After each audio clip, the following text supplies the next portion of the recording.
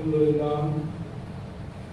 لله رب العالمين والعاقبة للمتقين والصلاة والسلام على سيد الأنبياء والمرسلين وعلى آله وصحبه أجمعين أما بعد فأعوذ بالله من الشيطان الرجيم بسم الله الرحمن الرحيم ولا تهنوا ولا تحزنوا وأنتم الأعلون إن كنتم مؤمنين صدق الله مولانا العظيم وبلغنا رسوله النبي الأمين الكريم ونحن على ذلك لمن الشاهدين والشاكرين والحمد لله رب العالمين. یا سید اشرف جہانگیر دست منظار و ناتوانگیر اے اشرف زمانہ زمانے مدد نما دعائے بسراز قدیم کرم کشا سرورا شاہ کریمہ دستگیرہ اشرفہ حرمتی روح پیمبر یک نظر رسول امام حرمتی روح پیمبر یک نظر رسول امام حرمتی روح پیمبر یک نظر رسول امام. سب سے پہلے بارگاہ رسالت مآب صلی اللہ علیہ وسلم میں ہدیہ درود و سلام پیش کریں. پڑھیے آواز اکرم اللہم صلی وسلم وبارک علی سیدنا ومولانا محمد طب القلوب ودوائها وعافیة الابدان وشفائها ونور الابصار وضیائها وعلى آلہ وصحبہ دائما ابدا.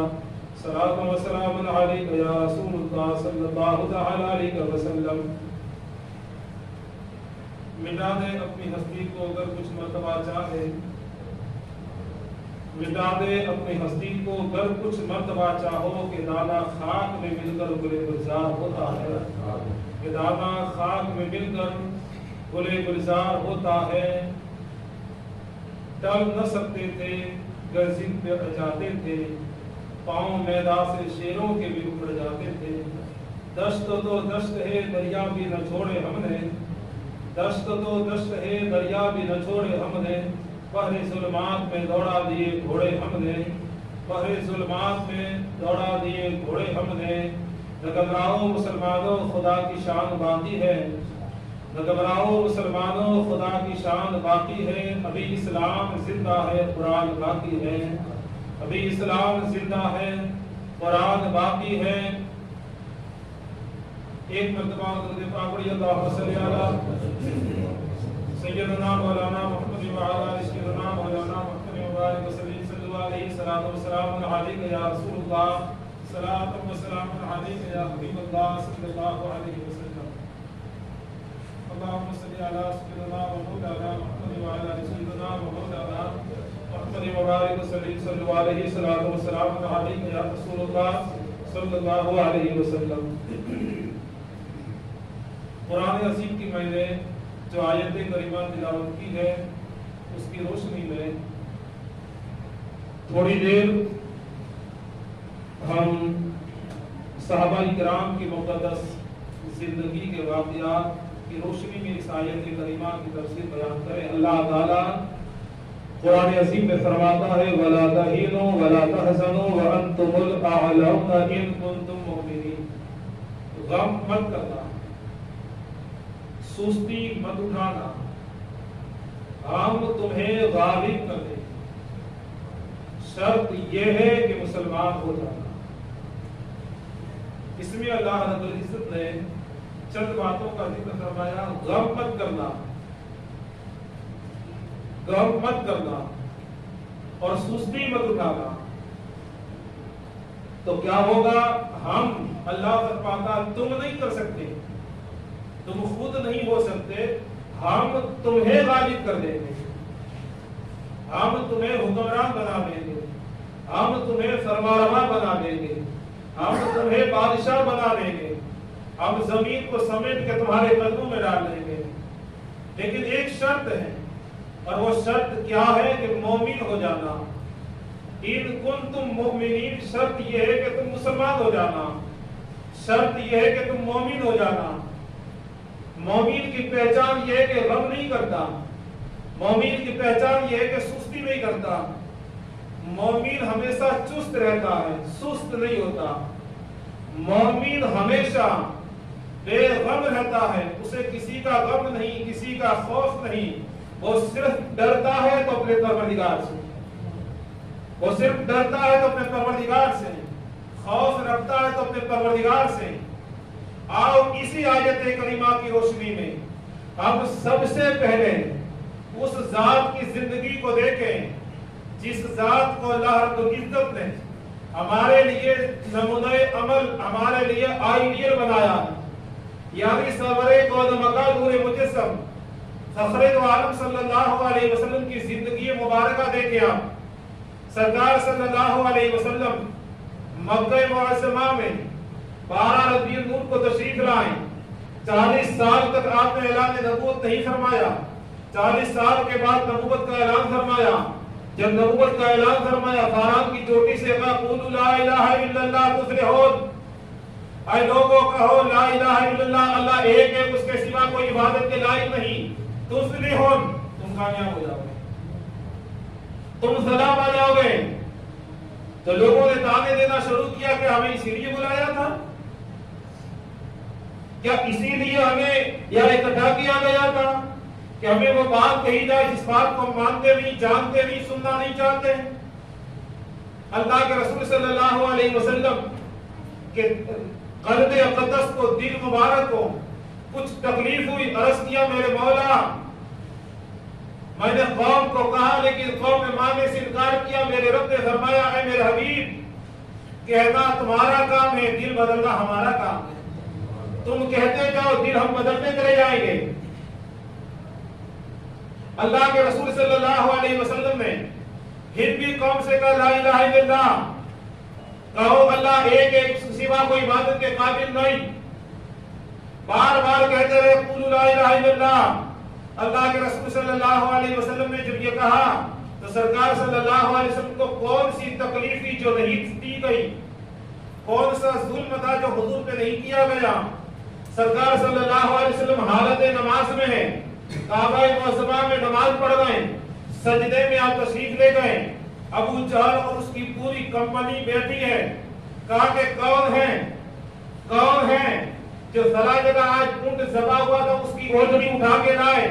ایک کمبخت گیا، اس کی اونٹ کی اوجڑی اٹھا کے لایا.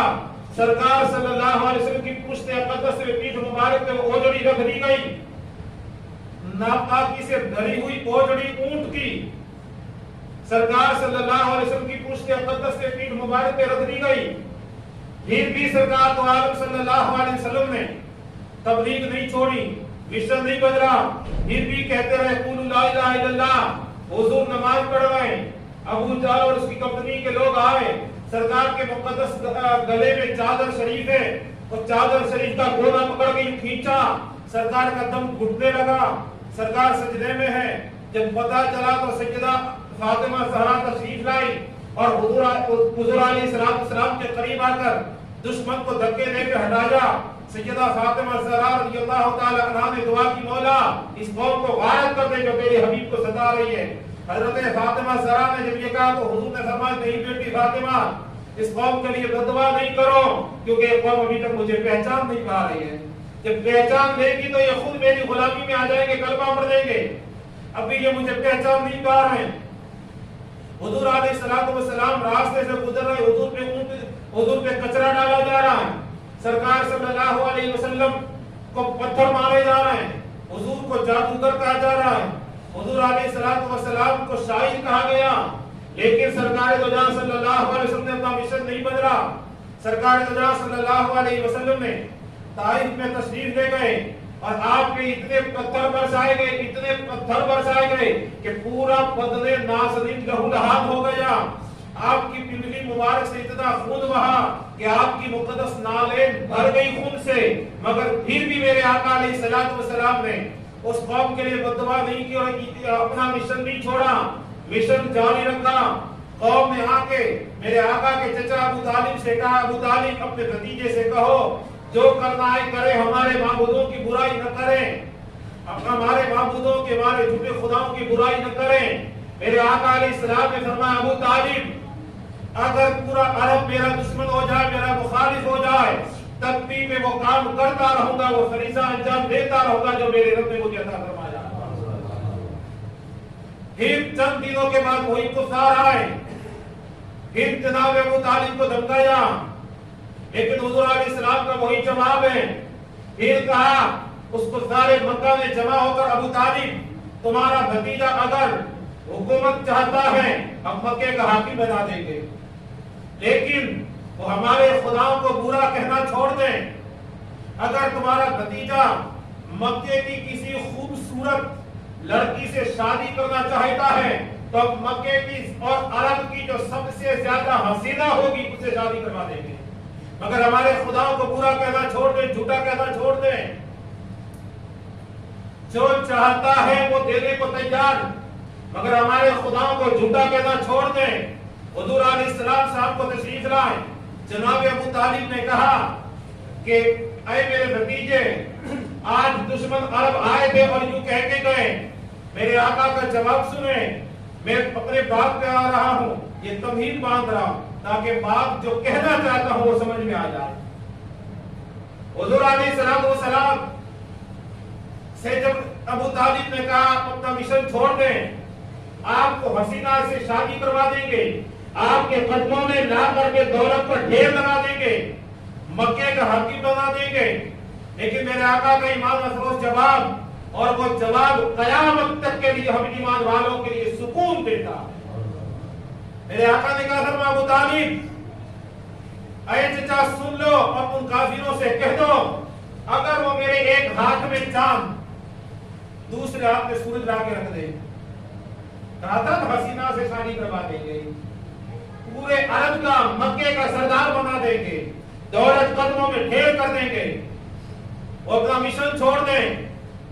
تو اللہ کے رسول فرماتے ہیں میرے ایک ہاتھ میں چاند دوسرے ہاتھ میں سورج لا کے رکھ دیں اور مجھے کہیں کہ تم لا الہ الا اللہ کہنا چھوڑ دو، تب بھی میں لا الہ الا اللہ کہنا نہیں چھوڑوں گا،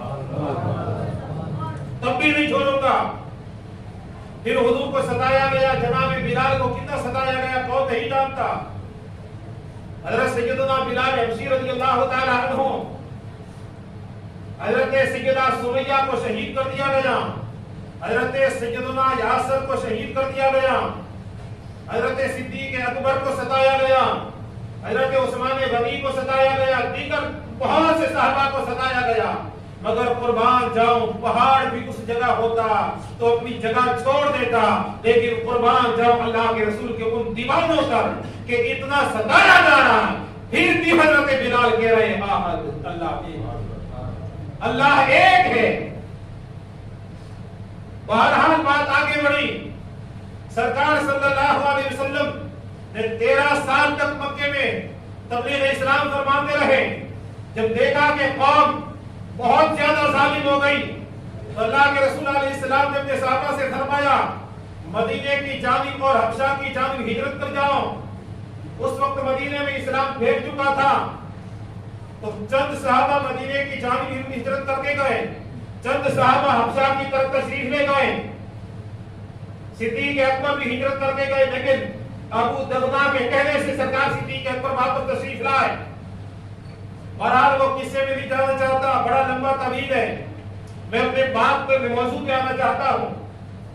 سرکار صلی اللہ علیہ وسلم کے صحابہ ہجرت کر گئے، ایک دن وہ بھی آیا کہ خود میرے آقا ہجرت کر کے تشریف لے مکے سے تشریف لے گئے۔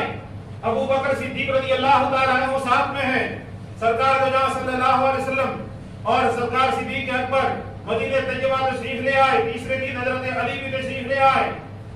مکے میں چند مسلمان وہ رہے جو یا تو غریب تھے یا غلام تھے، یا جن کے پاس سواری نہیں تھی، آ نہیں سکتے تھے، غلام تھے وہ آ نہیں سکتے تھے، وہ رہے۔